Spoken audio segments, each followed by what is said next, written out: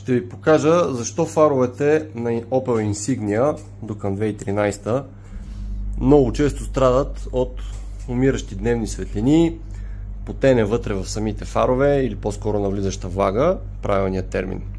Така, първо отваряме фара. Това става много лесно, така дръпваме стъкълцето и той излиза. И после се заглеждаме ето тук. И ето тук. И ето тук. И ето тук.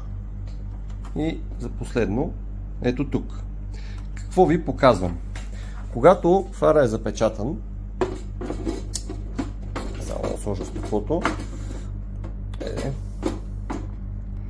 Когато фара е запечатан, за да седи стъклото неподвижно, той е запечатан с такери. Ето тук е пробит, ето тук е пробит и на още няколко места, които ви ги показах преди това на самото стъкло. Това са ето тук по-широките части, реално, в които влиза стъклото, и ето тези места, които тук липсва, тук липсва, тук липсва, но пък ето тук го има.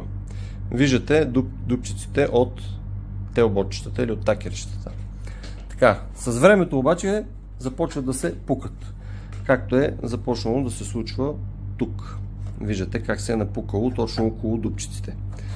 Съответно започва да влиза вода, ръждясват болчетата, рефлекторите заминават и в случая заминава управлението на дневните светлини и респективно няма дневни светлини. Това нещо как се оправя? Отделя се стъклото от корпуса, след което в оптималния вариант се заменя с ново стъкло.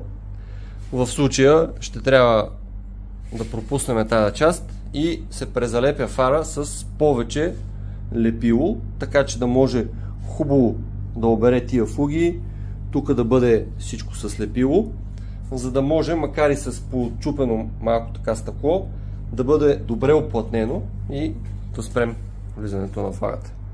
Аз съм Оги, фарова ОРГ. Ако имате нужда от помощ, за да светнат вашите фарове добре или пък да спрат да се увлажняват отвътре, потърсете ме. Ако искате да виждате новите видеа, които качвам в TikTok, в YouTube, в Facebook, може да ме последвате и да включите нотификациите, така че да виждате